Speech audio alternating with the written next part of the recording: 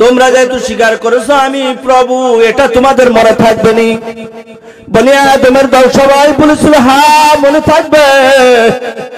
আল্লাহ পাক বললেন মনে থাকবে কেমন করে? আমি একটু পরীক্ষা নিতে চাই। দুনিয়ার জগতে আমি পাঠাবো, তোমাদের জন্য আমি জান্নাত বানাইলাম, তোমাদের জন্য জাহান্নাম আমি বানাইছি, তোমাদের জন্য আমি পুলসিরাত বানাইছি, তোমাদের জন্য কিয়ামতের ময়দান আমি বানাইছি। কথা ঠিক কিনা? সব কিছু আমি বানাইছি, তোমাদের পরীক্ষা নিরীক্ষা করার দরকার আছে। তোমাদেরকে আমি জান্নাত দিয়েছিলাম, আবার আদমকে বলেছিলাম ইয়া আদম উসকুন আনতা যাওজুকা ওয়া উসকুন আনতা ওয়া যাওজুকাল জান্নাহ ওয়া আদম, তুমি এবং তোমার স্ত্রীকে নিয়ে জান্নাতে থাকো। কথা ঠিক কিনা? হযরত আদম নবী আলাইহিস সালাতু ওয়াস সালাম জান্নাতে ঢুকে গেলেন। জান্নাতে যাওয়ার পর ওই জান্নাতে দীর্ঘ সময় অতিবাহিত করেছেন। দীর্ঘ সময় অতিবাহিত করার পর হযরত হাওয়া আলাইহিস সালাতু ওয়াস সালামকে দিয়ে আল্লাহ পাক কৌশল আটিয়া তারপরে হযরত আদম এবং হাওয়াকে বের করে দিয়েছেন। কথা ঠিক কিনা? কেন বের করেছেন?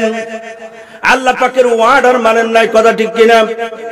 আল্লাহ পাক অর্ডার করেছিলেন ওই গাছের নিকটে যাবে না, ওয়ালা তাকরাবা হাযিহিশ শাজারা। হ্যাঁ ঠিক আছে, ওই গাছের নিকটবর্তী হইবা না, ওই গাছের নিকটবর্তী হবে না, এটা হলো আমার হুকুম। জান্নাতে তোমরা থাকবা, জান্নাতে তোমরা খাইবা, জান্নাতে তোমরা ঘোরাফেরা করবা, জান্নাতে যা মনে চাই তোমরা তা করবা, কিন্তু খবরদার খবরদার ওই গন্ধম ওই গাছের নিকট তোমরা যাইবা না। এটা একটা কৌশল। আল্লাহ পাক কৌশল এনেছেন। দুনিয়ার জগতে আমি আদমকে পাঠাইব, আবার ওই আদম সন্তানকে দিয়া তামাম জগৎ আমি উর্বর করব। বলেন সুবহানাল্লাহ।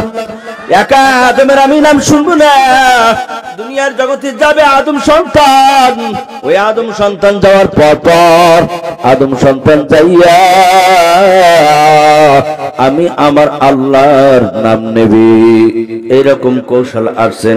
রূহের জগৎ থেকে নিয়ে হযরত আদম আলাইহিস সালামকে জান্নাত থেকে বের করে দুনিয়ায় প্রেরণ করলেন। হাওয়া আলাইহিস সালাতু ওয়াস সালামকে জিদ্দায় পাঠাইলেন এবং হযরত আদম নবী আলাইহিস সালাতু ওয়াস সালামকে পাঠাইলেন কোন জায়গায়? স্বর্ণদ্বীপে, বর্তমান শ্রীলঙ্কায় অবস্থিত। ওখান থেকে তারা আরাফার ময়দানে মিলিত হলেন। আরাফাত মানে সাক্ষাতের স্থান।